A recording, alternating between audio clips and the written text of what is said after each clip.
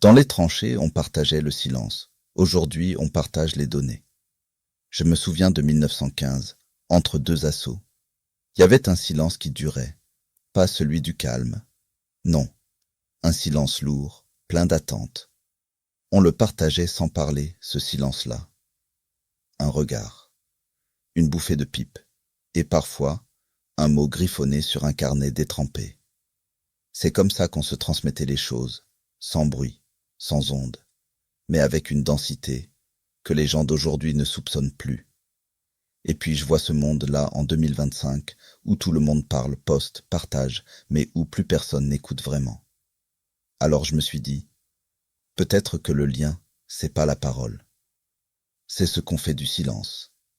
Parce qu'au fond, les données, aujourd'hui, c'est le nouveau silence partagé.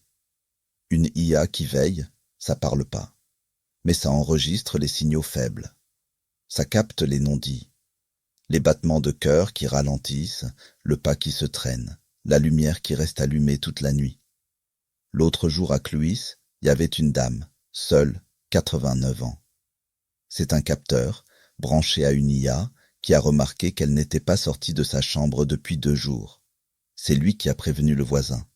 Et le voisin a frappé. Elle était tombée. On l'a retrouvée à temps. C'est ça, la solidarité d'aujourd'hui. Plus de pigeons voyageurs, non. Mais une IA discrète, qui veille comme un frère d'armes. Et moi, je suis pas nostalgique. J'ai pas besoin que le monde reste comme avant. Je veux juste qu'il reste humain. Alors, je vous le dis comme à Verdun. C'est pas la technologie qui sauve. C'est l'usage qu'on en fait. Et si demain, dans nos villages, une IA peut prévenir la solitude, éviter un accident, aider un aidant, alors oui, je lui tends la main. Pas pour qu'elle parle, mais pour qu'elle écoute. Comme on écoutait, autrefois, le silence. Et ça, c'est pas dans les villes qu'on vous l'apprendra.